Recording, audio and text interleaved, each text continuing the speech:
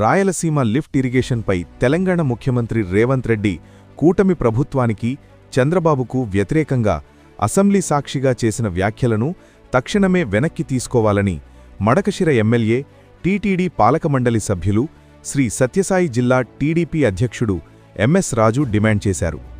రాయలసీమలో ప్రతి ఎకరానికి నీళ్లివ్వాలనే సంకల్పంతో అనునిత్యం తప్పించే విజనరీ లీడర్, రాయలసీమ అభివృద్ధి ప్రదాత చంద్రబాబుపై రేవంత్ రెడ్డి చేసిన వ్యాఖ్యలు రాష్ట్ర ప్రజలను తప్పుదోవ పట్టించేలా ఉన్నాయని అభిప్రాయపడ్డారు.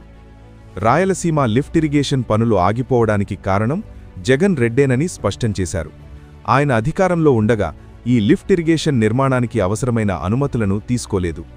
దీంతో తెలంగాణ ప్రభుత్వం నేషనల్ గ్రీన్ ట్రిబ్యునల్ను, కేంద్ర ప్రభుత్వాన్ని ఆశ్రయించింది.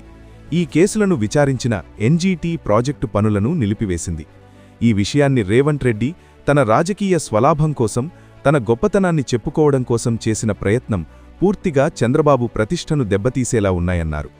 రాయలసీమ చివరి భాగం వరకు కృష్ణా జలాలను తీసుకొచ్చిన ఘనత చంద్రబాబుదే. ఈరోజు రాయలసీమ సస్యశ్యామలంగా ఉందంటే దానికి కారణం తెలుగుదేశం ప్రభుత్వం. అన్న ఎన్టీఆర్, చంద్రబాబు రాయలసీమ కోసం హంద్రీనీవా, సుజల స్రవంతిని తీసుకొచ్చారు. అలాగే రాయలసీమకు సాగునీటి ప్రాజెక్టులు తెచ్చిన ఘనత చంద్రబాబుది.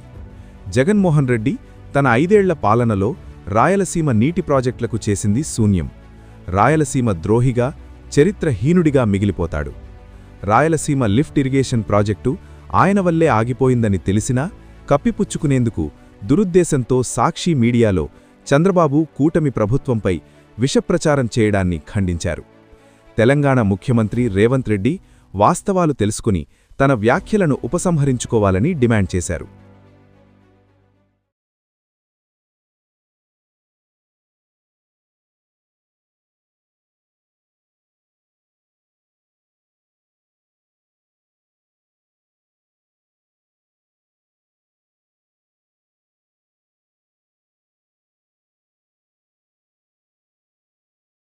కాకపోతే ఈ ఫేక్ ప్రచారాన్ని నిజమని నమ్మిన సదరు వైసీపీ కార్యకర్తలు మాత్రం నిజాలు బట్టబయలు కావడంతో తమ అధినేత ఇలాంటి అనవసర ఆర్భాటపు ఫేక్ ప్రచారాలు చేసి పరుగు తీసుకునే బదులు మౌనంగా బెంగళూరు ప్యాలెస్లో ఉంటేనే మంచిదిగా కొందరు భావిస్తుంటే, క్వాంటం వ్యాలీ, రాజధాని అమరావతి నిర్మాణం చేసింది కూడా మన జగనన్నే అని ఫేక్ జాకీలు వేసి జగన్ రెడ్డిని లేపడానికి మరికొందరు సిద్ధమవుతున్నారు.